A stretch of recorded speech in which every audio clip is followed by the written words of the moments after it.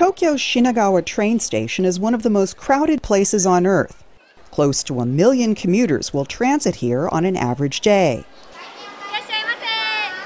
Not your usual location for a clothing shop, but the proprietor is no ordinary Japanese apparel maker. True to its name, fast retailing, and its UNIQLO stores are on a breathtaking dash to the top.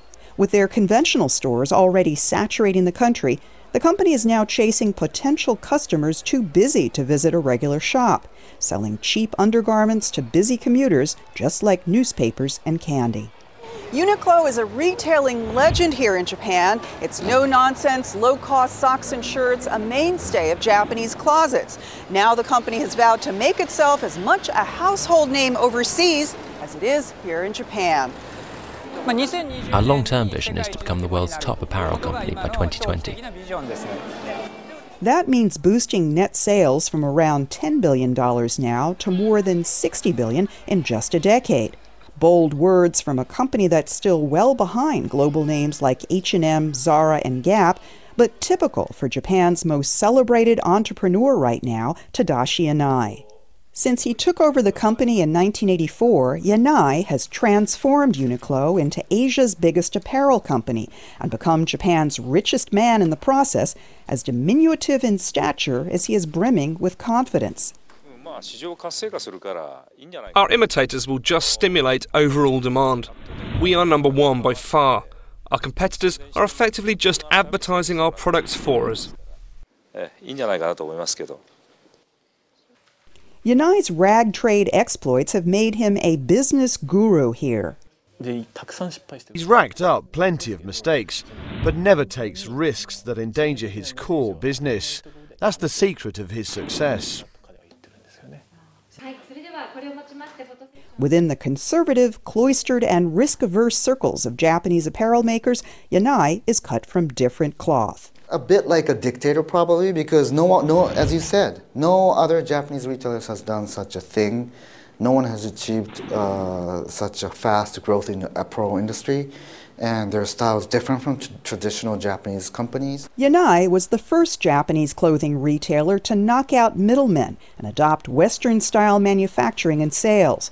By consolidating design, logistics, and marketing under one roof, Yanai was able to reap high margins that have fueled a blistering pace of growth throughout the recent downturn. UNIQLO has built itself. Its main core competitive advantage is volume. So the more stores they can open, obviously getting the right locations and maintaining the marketing, the better they're going to go forward. I mean, they're talking about selling literally millions of units in any particular season, and most of the other companies, even the global companies, aren't thinking along those lines. UNIQLO isn't really in the same business as the world apparel leaders it seeks to unseat. Instead of disposable instant fashion aimed at the young and trendy, UNIQLO seeks to woo young, old, and fashion-challenged alike with unglamorous but essential, well-made basics priced to sell. These super-thin, heat-conserving garments, called Heat Tech, were developed in an unusual collaboration with Toray, a leading chemical company. Such high-tech materials undergird Yanai's strategy for building a global brand.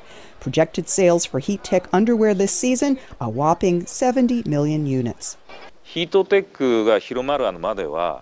to assume underwear has to be made from cotton, but we're proving that synthetics are better than natural fibers. It has a lot of potential. I want to show this to the world. Our marketing strength and Japanese technology is a winning combination. Yanai's brash ambition aside, becoming the world's top apparel maker is virtually impossible, experts say, through organic growth alone. It has a long way to go to overtake Gap and H&M.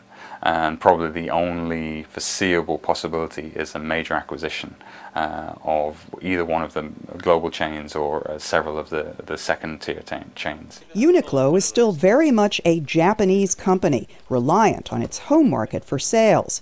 But for parent firm Fast Retailing, the company in a hurry, if all goes according to plan, the shift to global giant will happen in just a few years.